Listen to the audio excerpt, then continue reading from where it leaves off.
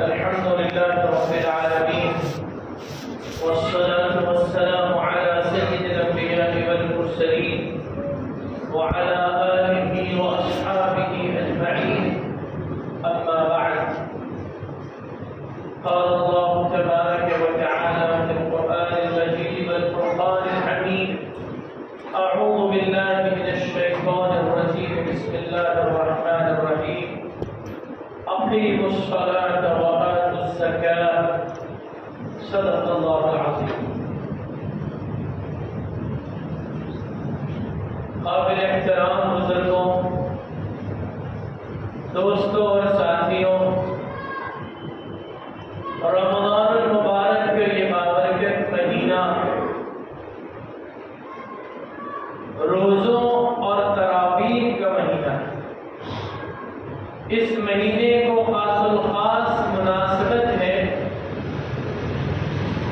روزے کے فریضے اور قرآن مجید کی تلاوت سے، کہ اسی مہینے کے اندر روزوں کو فرض کیا گیا ہے اور قرآن مجید بھی اسی مہینے کے اندر نازل ہوا ہے. اس لیے تلاوت قرآن سے بھی اس مہینے کا خاص تعلق ہے. لیکن اگر غور کیا جائے تو معلوم ہوگا کہ رمضان کے اس مبارک مہینے کو تمام فرائض اسلام سے بڑی گہری مناسبت ہے. اسی لیے علماء کرام فرماتے ہیں کہ رمضان کا مہینہ فرائض اسلام کو زندہ کرنے والا مہینہ ہے. اسی لیے ہم دیکھتے ہیں کہ اس مبارک مہینے کے اندر اہل ایمان جہاں روزوں کا اہتمام کرتے ہیں، وہیں ہم یہ محسوس کرتے ہیں کہ اس مہینے کے اندر ایمان اور یقین کی کیفیت بڑھ جاتی ہے. اس مہینے کے اندر نمازوں کے اہتمام میں اضافہ ہو جاتا ہے. اس مہینے کے اندر وہ بندگان خدا جن کو اللہ تبارک و تعالی نے صاحب ثروت بنایا ہے، وہ اپنے مالوں کی زکات بھی ادا کرتے ہیں. اور اسی مبارک مہینے کے اندر وہ باتوفیق بندے جن کو اللہ تبارک و تعالی نے حج بیت اللہ کی استطاعت عطا فرمائی ہے، وہ حج کا عزم اور ارادہ بھی کرتے ہیں اور سفر حج کی تیاریاں بھی کرتے ہیں. اس طرح دین اسلام کے جو پانچوں ارکان ہیں، یعنی توحید، ایمان و عقیدہ اور نماز اور روزہ اور زکوٰۃ اور حج، یہ پانچوں کے پانچوں ارکان اس مہینے کے اندر گویا زندہ ہوتے ہیں. اس اعتبار سے یہ مبارک مہینہ فرائض اسلام کو زندہ کرنے والا مہینہ ہے. اہل ایمان کی حالت اور کیفیت بدل جایا کرتی ہے، اور ہونا یہی چاہیے کہ رمضان کے یہ مبارک مہینہ جو شخص بھی پائے وہ اس بات کی کوشش کرے کہ جہاں وہ روزوں کا اہتمام کرے اور تراویح اور قرآن مجید کی تلاوت کا اہتمام کرے، وہیں اپنی زندگی کے اندر فرائض اسلام کو پورے طور پر زندہ کر لینے کی کوشش کرے. علماء فرماتے ہیں، اہل اللہ فرماتے ہیں کہ رمضان کے اس مبارک مہینے کو اللہ نے کچھ ایسا بنایا ہے کہ جو شخص اپنی اصلاح کرنا چاہتا ہو، صدق دل سے جس کا یہ عزم اور ارادہ ہو کہ مجھے اپنی اصلاح کر لینی ہے اور صحیح ڈگر اور صحیح راستے پر آ جانا ہے اور دینداری والی زندگی اب مجھے گزارنا ہے، اس کے لیے رمضان سے بہتر کوئی اور موقع نہیں ہے کہ وہ اپنی اصلاح کا آغاز کرے. اگر اس مبارک مہینے کے اندر اہل ایمان اپنی اصلاح کرنے اور اپنے آپ کو صحیح ڈگر پر ڈالنے کی کوششوں کا آغاز کریں گے تو اللہ کی شان کریمی سے کوئی بعید نہیں ہے کہ یہ رمضان اس صاحب ایمان کی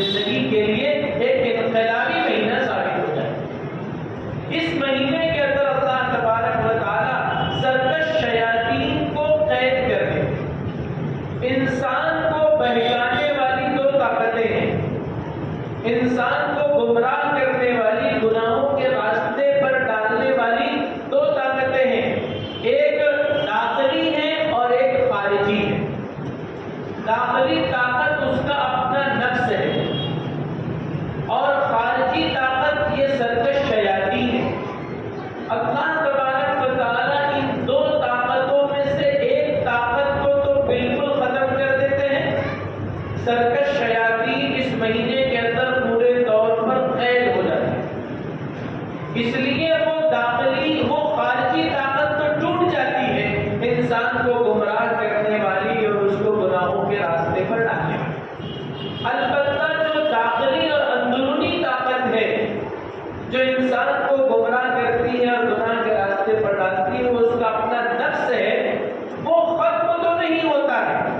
البتہ روزے اگر آداب کے ساتھ رکھے جائیں، مکمل آداب و مستحبات کی رعایت کے ساتھ اگر روزے رکھے جائیں تو روزوں کی تاثیر بھی یہ ہے کہ نفس کی شہوتیں اس سے کمزور ہوتی ہیں، نفس کی شہوتیں اس سے کمزور ہوتی ہے، نفس ٹوٹتا ہے، اور جب نفس کی شہوت کمزور ہوتی ہے، نفس ٹوٹتا ہے، تو وہ اندرونی طاقت جو انسان کو بہکانے والی اور گناہ کے راستے پر ڈالنے والی ہے وہ بھی کمزور ہو جاتی ہے۔ اس اعتبار سے ہر صاحب ایمان کو اس مبارک مہینے کے اندر اپنی اصلاح کر لینا اور اپنے آپ کو صحیح راستے پر ڈال دینا انتہائی سہل اور آسان ہو جاتا ہے۔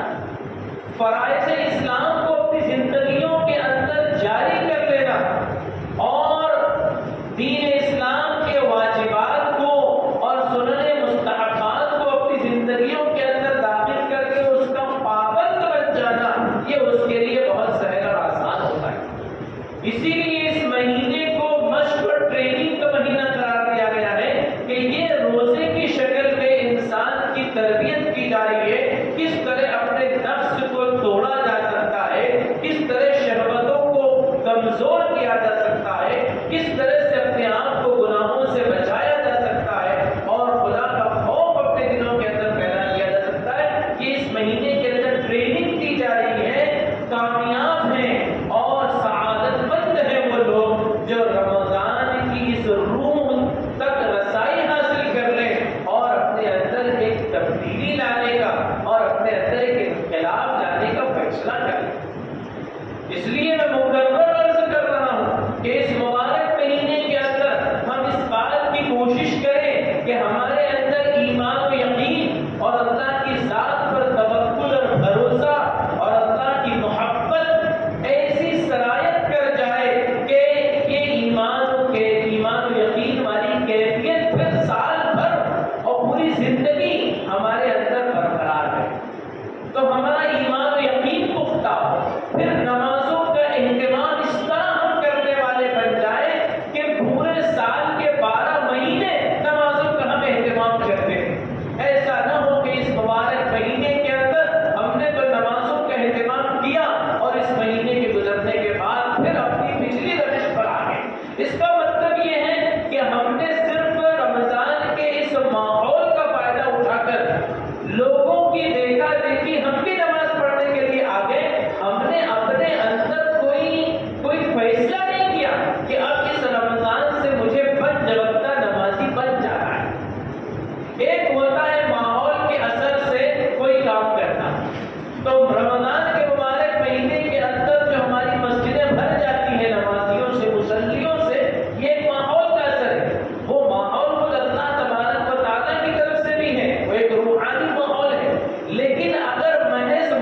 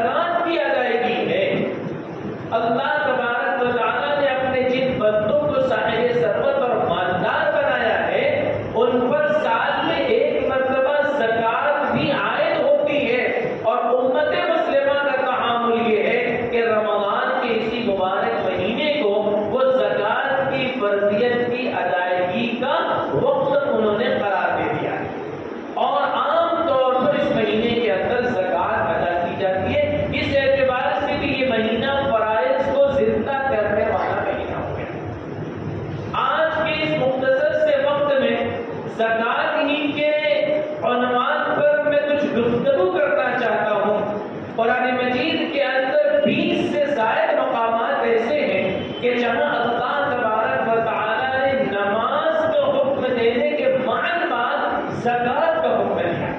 اقیموا الصلاۃ وآتوا الزکاۃ، اقیموا الصلاۃ وآتوا الزکاۃ، نماز قائم کرو اور زکات ادا کرو، نماز قائم کرو اور زکات ادا کرو.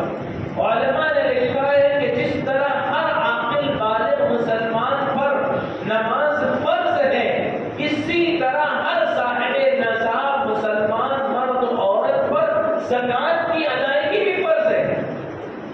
نماز کی فرضیت اور زکات کی فرضیت میں کوئی فرق نہیں ہے اس کی اہمیت کے اعتبار سے. اگر فرق ہے تو صرف اتنا ہے کہ نماز ہر عاقل بالغ مسلمان پر فرض ہے، مرد ہو یا عورت. البتہ زکات صرف ان عاقل بالغ مسلمان مرد و عورت پر فرض ہے جو صاحب نصاب ہو اور ان کے نصاب پر 1 سال کا عرصہ گزر گیا. تو زکات اسلام کے بنیادی فرائض میں سے ہے، اسلام کے بنیادی ستون میں سے ہے. اگر یہ ستون کمزور ہو جاتا ہے اور زکات کی ادائیگی میں کوتاہی ہوتی ہے تو گویا اسلام کی ہماری عمارت جو ہے وہ کمزور ہو گئی، وہ متزلزل ہو گئی ہے. ایمان والا یہ جو ہے خالص مسلمان باقی نہیں رہ سکتا زکات کی ادائیگی کیے بغیر. اور پھر اللہ تبارک و تعالیٰ نے زکات کے بارے میں یہ وعدہ فرمایا ہے کہ اللہ زکات کی پرورش فرماتے. یمحق اللہ الربا ویربی الصدقات. قرآن مجید میں اللہ تبارک و تعالیٰ نے ارشاد فرمایا کہ اللہ سود کو مٹاتا ہے، ہٹاتا ہے، اور زکات کو اللہ تبارک و تعالیٰ بڑھاتا ہے، اس کی پرورش کرتا ہے. کیا مطلب؟ اس کا مطلب یہ ہے کہ جو لوگ سودی معاملات میں ملوث ہوں گے، سود کا لین دین کریں گے، اللہ تبارک و تعالیٰ ان کو ہلاک فرمائیں گے، اللہ تبارک و تعالیٰ ان کو تباہ و برباد فرمائیں گے. اور جو زکات کی ادائیگی کا اہتمام کریں گے، اللہ تبارک و تعالیٰ ان کو ترقی عطا فرمائیں گے. اللہ تبارک و تعالیٰ دنیا اور آخرت دونوں جہان میں اس کا بدلہ اسے عطا فرمائیں گے. حدیث پاک کے اندر آتا ہے کہ جو شخص اپنے مال کی پائی پائی کا حساب کر کے زکات ادا کر دیتا ہے، اللہ تبارک و تعالیٰ اس کے مال کو پاک بھی فرما دیتے ہیں اور اللہ تعالیٰ اس کے مال کی حفاظت کی ضمانت بھی دیتے ہیں. جس مال کی زکات ادا کی گئی ہو پھر اللہ تبارک و تعالیٰ کے حفظ و امان میں وہ آ جاتا ہے، اللہ تبارک و تعالیٰ اس کی حفاظت فرماتے ہیں. اور جس مال کی زکات نہیں دی گئی ہو پھر اللہ تبارک و تعالیٰ کا اس کی حفاظت کا کوئی وعدہ نہیں ہے. کب اس شخص کا دیوالیہ نکل جائے اور کب اس شخص کا مال سب تباہ و برباد ہو جائے، اس کی کوئی ضمانت نہیں دی جاتی. زکات ادا نہ کرنے والے کے بارے میں حدیث پاک کے اندر یہ وعید آتی ہے کہ قیامت کے دن اس کا وہ مال اور اس کے وہ سونا چاندی اور خزانہ یہ سب ایک انتہائی زہریلے اور گنجے سانپ کی شکل میں آ کر اس کی گردن پر لپٹ جائے گا اور اس کو ڈستا رہے گا اور کہے گا کہ میں تیرا مال ہوں، میں تیرا مال ہوں. قرآن مجید کے اندر اللہ تبارک و تعالیٰ ارشاد فرماتے ہیں کہ ان الذین یکنزون الذهب والفضة ولا ينفقونها في سبیل اللہ فبشرهم بعذاب الیم. کہ جو لوگ مال و دولت اور سونے چاندی کو جمع کر کر کے رکھے رہتے ہیں اور راہ خدا میں اس کو خرچ نہیں کرتے، یعنی ادنا درجہ یہ ہے راہ خدا میں خرچ کرنے کا کہ اس کی سالانہ زکات ادا کرنا. تو جو لوگ اس کی سالانہ زکات ادا نہیں کرتے ہیں، اللہ فرماتے ہیں کہ ان کو دردناک عذاب کی خوشخبری سنا. عذاب خوشخبری کی چیز نہیں ہے، عذاب خوشخبری کی چیز نہیں ہے، لیکن قرآن مجید کو اسلوب یہ اختیار کیا گیا ہے کہ ان کو دردناک عذاب کی خوشخبری سنا دو. یہ ایک طرح کا طرز ہے کہ جس مال سے تم بہت خوش ہوا کرتے تھے، جس پر تم بڑا فخر کرتے تھے اور بہت اتراتے تھے دنیا کے اندر، اگر راہ خدا میں اس کو خرچ نہیں کرو گے، اس کی زکات پائی پائی کا حساب کر کے ادا نہیں کرو گے تو وہ خوشیاں تمہاری دردناک عذاب میں تبدیل ہو جائیں گی. اور فرمایا قرآن مجید کی اسی آیت میں آگے ارشاد فرمایا گیا کہ قیامت کے دن وہی سونے چاندی کے ڈلے اور سکے جہنم کی آگ میں تباہی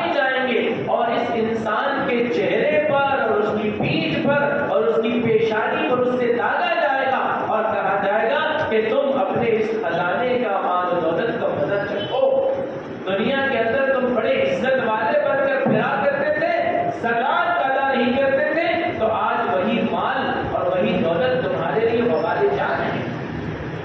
قرآن مجید کے اندر زکات کی ادائیگی کے فضائل بھی بیان کیے گئے ہیں اور زکات ادا نہ کرنے والوں کے لیے بڑی سزائیں بھی سنائی گئی ہیں۔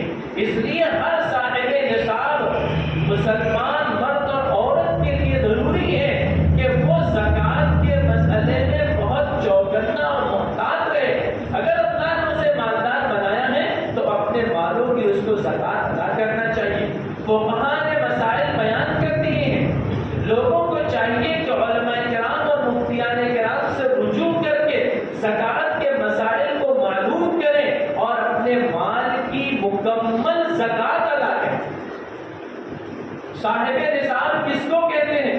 علماء نے لکھا ہے کہ جس شخص کے پاس 7.5 تولہ سونا یعنی 87 گرام اور 447 ملی گرام آج کے زمانے وزن کے اعتبار سے اگر کسی کے پاس سونا ہے، یا 52.5 تولہ چاندی اور آج کے موجودہ زمانے کے وزن کے اعتبار سے 612 گرام 350 ملی گرام چاندی جس کے پاس ہے وہ صاحب نصاب ہے۔ یا چاندی کے نصاب کے بغل میں جس کے پاس روپیہ پیسہ ہے، اپنی ضروریات زندگی کے علاوہ اپنے بنیادی اخراجات اور ضروریات اصلیہ کے علاوہ جس کے پاس چاندی کے نصاب کے بغل میں سرمایہ ہے وہ شخص صاحب نصاب ہے۔ اور آج کے زمانے میں آج کی تاریخ میں چاندی کا جو نصاب بنتا ہے 612.35 گرام سونا چاندی، اس کی مالیت اور اس کی قیمت تقریباً 45,000 روپے ہوتی ہے۔ تو آج کے زمانے میں جس کے پاس اپنی ضروریات زندگی کے علاوہ 45,000 روپے کا سرمایہ ہے اور اس پر سال گزر چکا ہے، وہ صاحب نصاب ہو گیا، اس کو زکات ادا کرنا۔ کتنے ایسے لوگ ہوں گے کہ جن کو مالدار نہیں سمجھا جاتا ہے لیکن اتنا سرمایہ، فاضل سرمایہ ان کے پاس ہے، چاہے زیورات کی شکل میں ہو، چاہے روپیے پیسے کی شکل میں ہو، چاہے بینک بیلنس کی شکل میں ہو، چاہے مال تجارت کی شکل میں ہو، ان ساری چیزوں کی شکل میں اگر سرمایہ ہے تو اس پر زکات ادا کرنا اس کے لیے ضروری ہے۔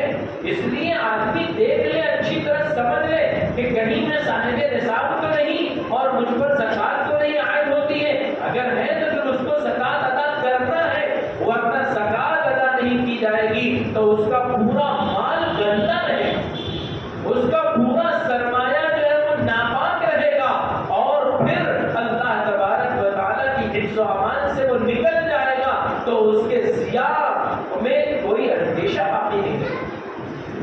یہ 45,000 روپے کا سرمایہ، اب اگر اس سرمایہ کے بقدر کسی کے پاس مال تجارت ہے تو مال تجارت پر بھی زکات عائد ہوتی ہے، بینک بیلنس پر بھی زکات عائد ہوتی ہے، انشورنس کی مختلف شکلوں میں ہم نے رقمیں جمع کر رکھی ہے، انشورنس کی جو اصل رقم جمع کی ہے ہم نے اس پر بھی زکات عائد ہوتی ہے۔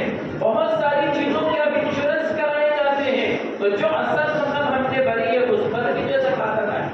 فکس ڈپازٹ پہ لوگوں نے جو رقم رکھی ہے، کسی طرح کا کوئی بانڈ بنا کر رکھا ہے، کمپنی کے اندر شیئر لے کر رکھا ہے، کسی جگہ انویسٹ کر کے پیسہ لگا کر رکھا ہے، نفع آ رہا ہو چاہے نہ آ رہا ہو وہاں آپ نے انویسٹ کیا ہے اور آپ کا وہ سرمایہ ابھی وہاں باقی ہے تو آپ کو اس کی زکات ادا کرنی پڑے گی، ان ساری چیزوں کا حساب نکالنا پڑے گا۔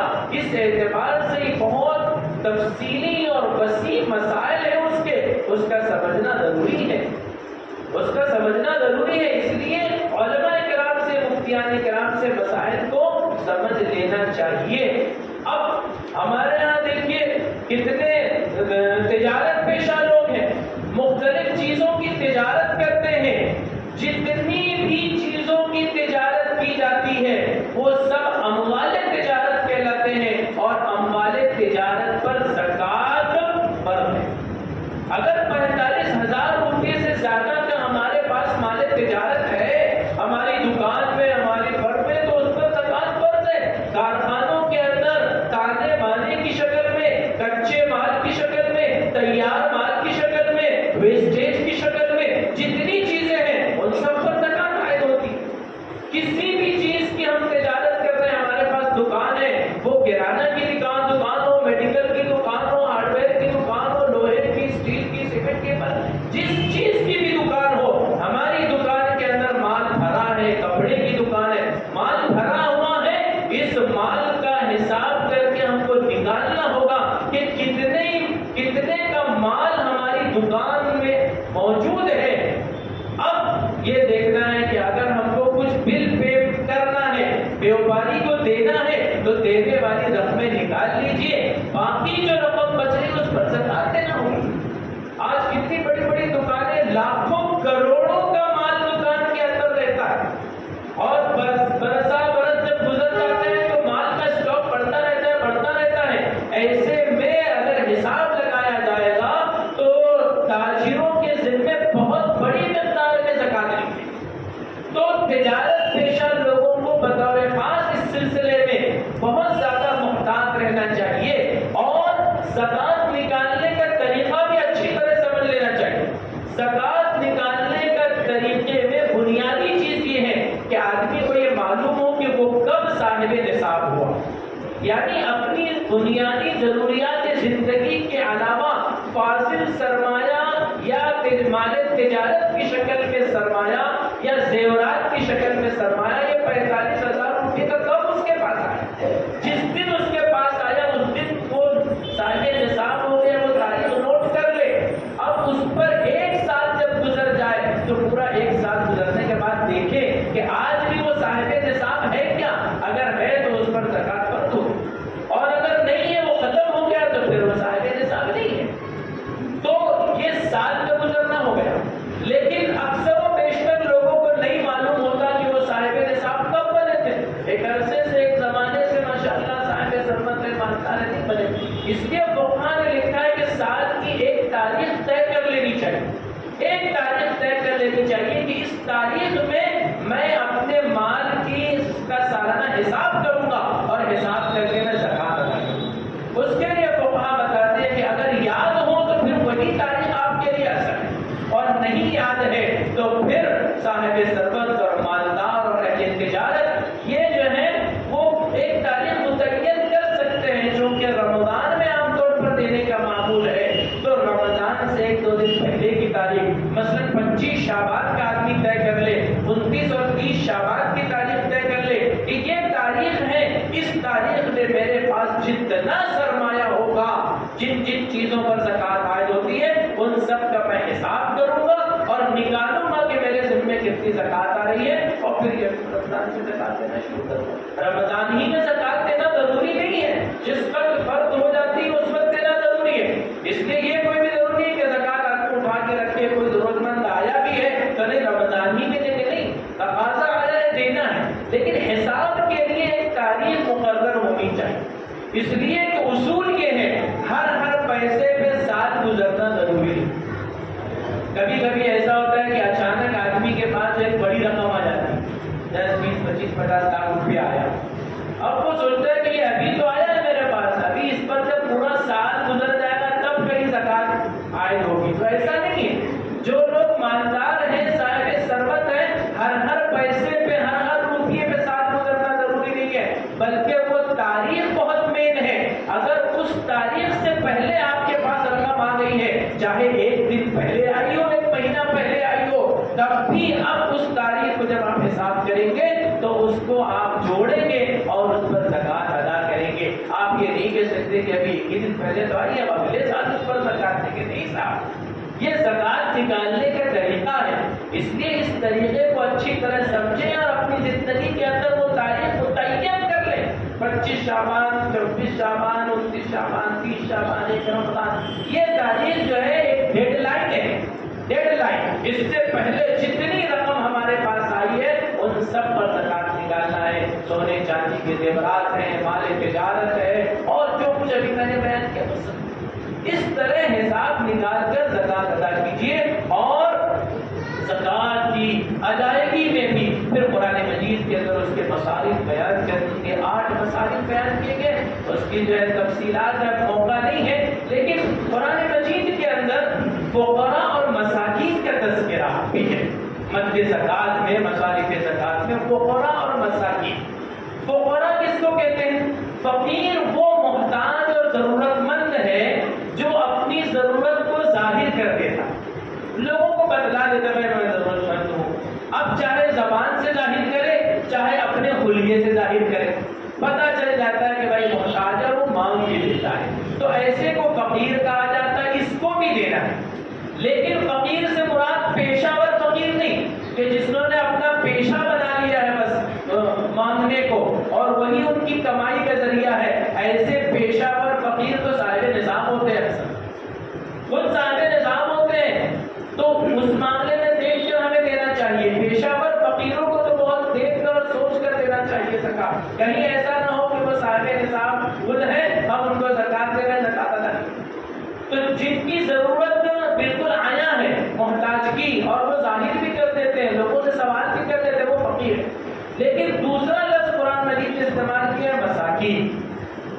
مسکین اور مساکین کس کو کہتے ہیں؟ مساکین وہ لوگ ہیں کہ جو ضرورت مند اور محتاج تو ہوتے ہیں لیکن اپنی ضرورت کو لوگوں پر ظاہر کرتے ہیں، اپنی ضرورت کو چھپا کے رکھتے ہیں، اپنا ہنگا پشنا اپنا اٹھنا بیٹھنا بھی وہ ایسا بنا کے رکھتے ہیں کہ لوگوں پر ان کی محتاجگی ظاہر نہ ہو، وہ باغیرت ہوتے ہیں، وہ باہمیت ہوتے ہیں، وہ فاقہ کر لیتے ہیں لیکن کسی کو اپنی ضرورت بتلاتے نہیں ہیں، ایسے لوگوں کو مساکین کہا گیا ہے۔ قرآن مجید میں کہا گیا کہ ان مساکین کا بھی خیال رکھنا چاہیے۔ اور سچی بات یہ ہے کہ آج کے زمانے میں فقراء تو زکات لے کر اڑ جاتے ہیں، ان کو تو مل جاتی ہے، مساکین کو زکات نہیں ملتی ہے۔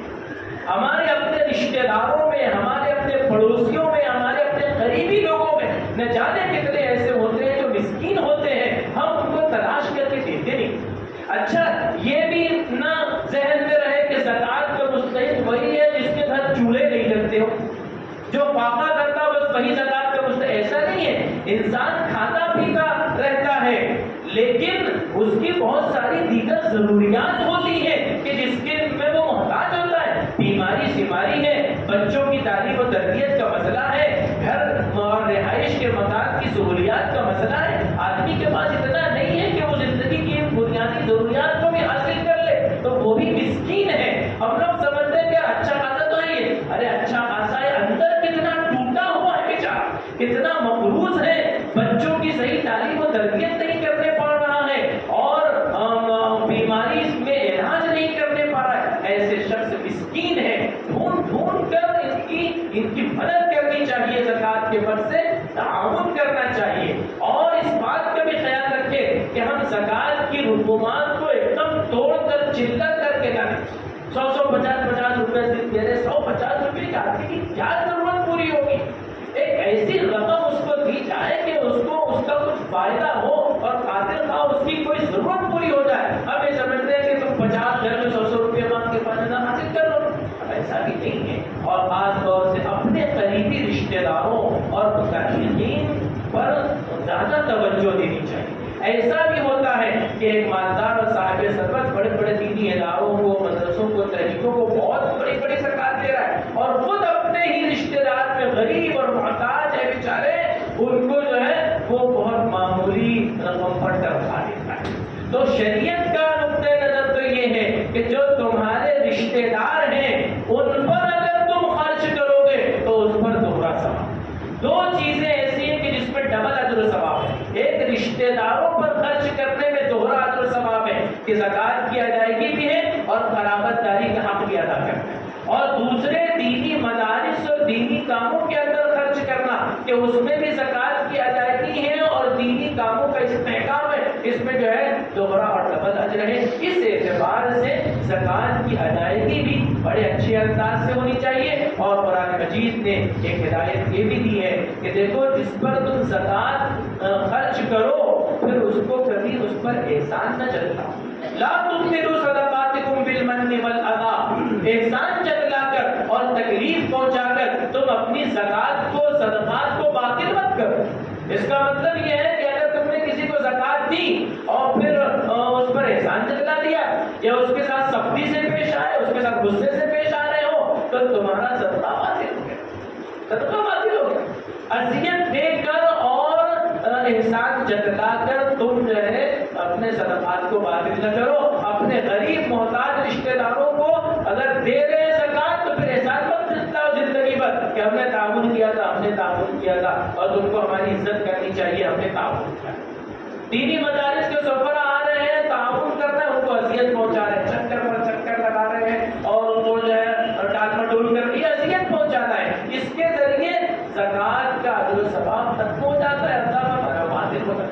اس لیے زکات کی ادائیگی پائی پائی کے حساب کر کے ہو اور اچھی نیت کے ساتھ. ہر چیز میں اخلاص نیت مطلوب ہے. زکات کی ادائیگی کے وقت بھی اخلاص ہونا چاہیے کہ یہ مال میں اللہ کے راستے میں خرچ کر رہا ہوں، مجھ پر فرض تھا.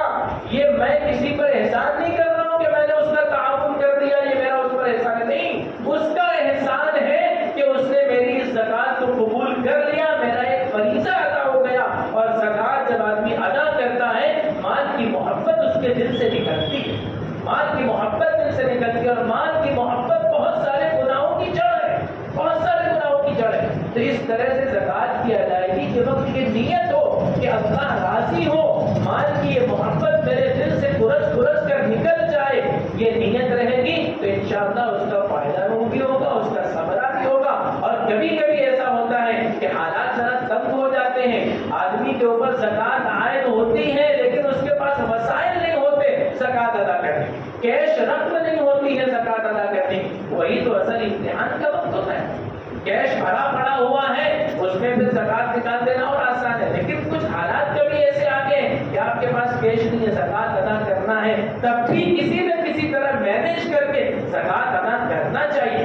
آدمی اپنے تجارت اور کاروبار کے لیے اگر قرض لے سکتا ہے تو وقت ضرورت اگرچہ کہ وہ بہت امیر ہے لیکن بوقت ضرورت قرض لیتا ہے، ایسی زکات کی ادائیگی کے لیے کیش کا نظم نہیں ہے، قرض لے کر زکات ادا کر دے.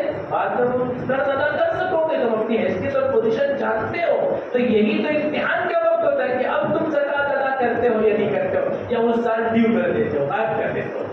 میرے محترم بزرگوں، یہ رمضان کا مبارک مہینہ فرائض اسلام کو زندہ کرنے والا مہینہ ہے.